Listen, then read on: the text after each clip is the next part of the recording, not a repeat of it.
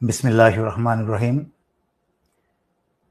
সংগ্রামরত ছাত্র ছাত্রী জনতা এবং দেশপ্রেমিক বাংলাদেশি দেশে বিদেশে যে যেখানে আছেন, আসসালামু আলাইকুম। জানি অনেকের মনে প্রশ্ন আসবে, আমি এমন দেশে এভাবে কেন এলাম? বাংলাদেশে যুদ্ধ শুরু হয়ে গেছে। সবাইকে সতর্ক করতেই আমি অত্যন্ত জরুরি কিছু তথ্য প্রকাশ করতে আপনাদের সামনে এলাম। 2009 সালে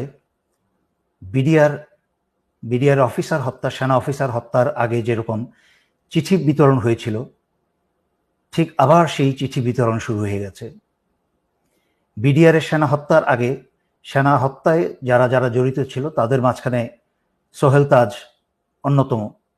সেই সোহেল তাজ আবার নাটকীয়ভাবে বাংলাদেশে এখন হাজির। কোন দিকে যাচ্ছে? হঠাৎ করেই জামাত শিবিরকে চিঠি দিয়ে এই স্বৈরাচারী শেখ হাসিনা সরকার বাতিল করল। কোনোটাই কিন্তু বিচ্ছিন্ন ঘটনা নয়।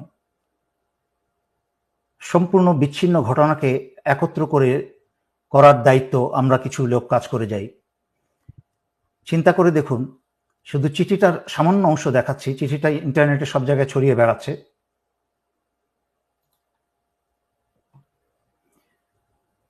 চিঠির লেখা দেখুন। প্রিয় জেনারেল সাহেবগণ, পরিবর্তনের ধ্বনি কি শুনতে পাচ্ছেন? সোজা চলে যাই। আপনারা 2009-এর বিডিআর হত্যাযজ্ঞ থেকে কোনো শিক্ষা গ্রহণ করেননি। সাধারণ সৈনিকদের লেখা এই খোলা চিঠিটি সেটারই প্রমাণ বহন করে। একটু সতর্ক করে দিই আপনাদেরকে, এই স্বৈরাচার সরকারের পতন কিন্তু সময়ের ব্যবধান মাত্র। তারপরে অনেক কথা লেখা আছে। আরেকটা চিঠিতে চলে যাই, আরেকটা অংশ। কতটা নিচে নেমেছে সেনাবাহিনীর ভাবমূর্তি একবার চিন্তা করুন। কোথায় গেল সেই চেতনা ও মূল্যবোধ যা আপনারা আমাদের দিনরাত মুখস্থ করান? কোথায় গেল আপনাদের সেই চির উন্নতম শির? শির বলতে আর কিছু অবশিষ্ট রেখেছেন? উন্নত না অনুন্নত সে কথা তো পরে। দেশের প্রতিটা মানুষ আপনাদের তথা আমাদের আজকে শুধু ঘৃণা করে, শুধুই ঘৃণা। এখন দেখলাম পুলিশ, আর্মি আর র্যাবে কর্মরত সবার পরিবারের ঠিকানা সংগ্রহ করা হচ্ছে। ডেটাবেস তৈরি করা হচ্ছে যাতে তাদের পরিবারের উপর প্রতিশোধ নেওয়া যায়। স্যার, ব্যাপারটা একবার ভেবে দেখেছেন? আপনাদের আদেশে আমরা ছাত্র হত্যা করব আর ওরা আমাদের পরিবারে হাত দিবে। স্যার, শুনতে পাচ্ছেন? আপনারা কি পারবেন আমাদের পরিবারের নিরাপত্তা দিতে? পারবেন পুরো দেশটাকে ক্যান্টনমেন্ট বানিয়ে ফেলতে? চিঠিটা আরো বেশ বড়, তবে এই চিঠিটায় যেই কথাগুলো উল্লেখ করা হয়েছে, যারা আপনারা সচেতন নাগরিক, দেশপ্রেমিক নাগরিক, যারা আমার লাইভ বা ভিডিও আপনারা দেখেন, তারা নিশ্চয়ই শুনেছেন। বহুদিন যাবৎ আমি এই সতর্ক বাণী দিয়ে আসছিলাম। এভাবে বলছিলাম যে এই বাংলাদেশের সাধারণ সৈনিকের পরিবাররা কিন্তু গ্রামে গঞ্জে থাকে, তারাও অত্যাচারিত। কিন্তু সেনানিবাসে এই হাসিনার পয়সা খেয়ে যারা আজকে দেশ এবং জনগণের বিরুদ্ধে কাজ করছেন, তাদের ভবিষ্যৎ পরিণতি কি হবে আমি কিন্তু বারবার সতর্ক করে আসছিলাম। যদিও ছাত্রছাত্রী এবং জনতার উপর যারা গুলি চালিয়েছে সেটা সমগ্র সেনাবাহিনী চালায়নি, চালিয়েছে হাসিনার পোষা এবং হাসিনার বাছাই করা যাদেরকে ঢাকায় 46 ব্রিগেডে বসানো হয়েছে। তার মাঝখানে একজন হচ্ছে অত্যন্ত জঘন্য চরিত্রের ব্রিগেডিয়ার জেনারেল ইমরান, যে শেখ হাসিনার প্রধানমন্ত্রী কার্যালয়েই ছিল এক সময়, এবং তার ক্যাডেট কলেজের বন্ধু বান্ধবের মতামতে সে একটা সাইকোপ্যাথ। সে নিজের আপন ভাইকেও ঠান্ডা মাথায় খুন করতে দ্বিধা করবে না, এবং তার ক্যাডেট কলেজের বন্ধুরা তাকে বহুবার তাদের কাছ থেকে বিচ্ছিন্ন করেছে তাকে। এই সাইকোপ্যাথকে, হাসিনার মতো এক সাইকোপ্যাথ, এই সাইকোপ্যাথকে 46 ব্রিগেডে বসিয়েছে। আর 46 ব্রিগেড চলে হচ্ছে হাসিনার আত্মীয় বর্তমান সেনা প্রধান জেনারেল ওয়াকারের সরাসরি নির্দেশে, কোনো ডিভিশনের অধীনে নয়। গুলিগুলা ছুড়েছে হচ্ছে এই 46 ব্রিগেডের কিছু কুসেনা, চরিত্রহীন কিছু কুসেনা, সমগ্র বাংলাদেশের অন্যান্য সেনানিবাসে থাকা সেনারা না। তাই আপনারা সমগ্র সেনা বাহিনীর উপর ভুল বুঝবেন না। যদিও সেনাবাহিনীর দায়িত্ব ছিল জনগণের কাতারে দাঁড়িয়ে আসা, জনগণ এবং দেশকে রক্ষা করা, সেইটা পবিত্র দায়িত্ব হচ্ছে জনগণের। যাই হোক, যেহেতু হাসিনা তার সর্বোচ্চ ক্ষমতা ব্যবহার করে ফেলেছে ক্ষমতায় টিকে থাকার জন্য পুলিশ, বিজিবি, প্যারামিলিটারি সব ব্যবহার করেছে, এমনকি সশস্ত্র বাহিনী ব্যবহার করে কারফিউ পর্যন্ত জারি করেও ছাত্র জনতার বিরুদ্ধে পরাজিত হয়েছে। এখন স্বৈরাচারী শেখ হাসিনার হাতে আর কোনো শক্তি বাকি নেই। সেই কারণে স্বৈরাচারী শেখ হাসিনা বাংলাদেশের চিরশত্রু ভারতের ষড়যন্ত্রের কে আহ্বান জানিয়েছে বিডিআরের মতো আরেকটা হত্যাকাণ্ড ঘটাতে।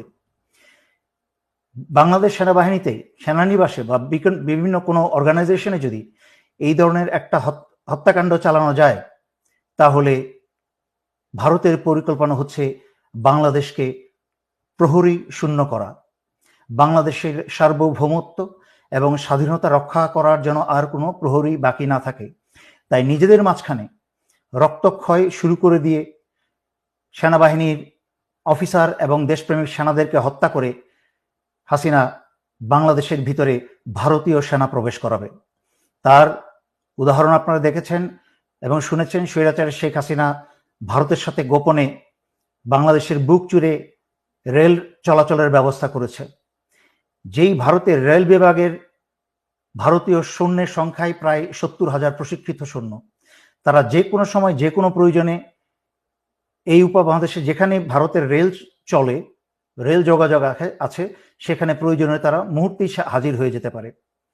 তার মানে এই রেল ব্যবস্থার নাম করে বাংলাদেশের ভিতরে চাইলে ভারত প্রয়োজনে 70,000 সেনা মোতায়েন করতে পারে। একদিকে বাংলাদেশের প্রহরী সেনা হত্যা করবে, আর একদিকে ভারতীয় সেনা প্রবেশ করে বাংলাদেশ দখল করবে এবং স্বৈরাচারী শেখ হাসিনাকে বাঁচাবে।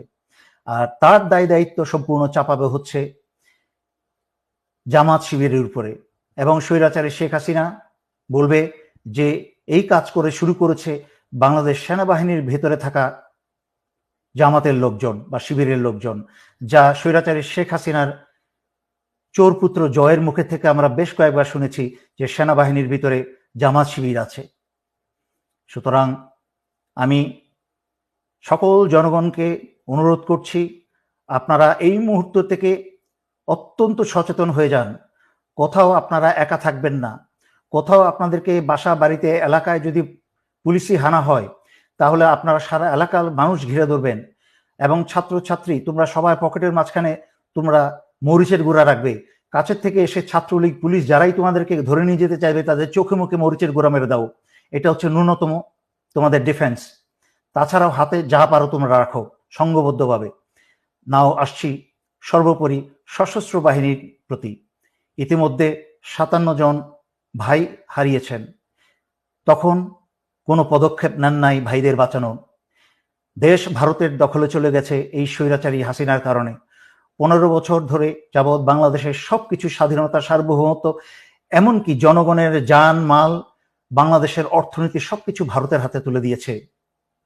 আরো অপেক্ষা করবেন নিজের এবং নিজের স্ত্রী সন্তানের রক্ত দিয়ে? এখনো সময় আছে। আজকে রাত্রে ভোরের অপেক্ষা না থেকেই আপনারা অস্ত্র হাতে জরুরি অবস্থা জারি করে সারা বাংলাদেশের ক্ষমতাভার হাতে তুলে নিন এবং ছাত্র আন্দোলনরত ছাত্র জনতার সাথে কাঁধে কাঁধ মিলিয়ে বাংলাদেশ রক্ষায় দাঁড়িয়ে যান। আমি বাংলা সংগ্রামরত, আন্দোলনরত ছাত্র ছাত্রী জনতা এবং দেশপ্রেমিক সশস্ত্র বাহিনীর পক্ষ থেকেই স্বৈরাচারী শেখ হাসিনার সরকারকে বহিষ্কার ঘোষণা করছি। স্বৈরাচারী শেখ হাসিনা সরকার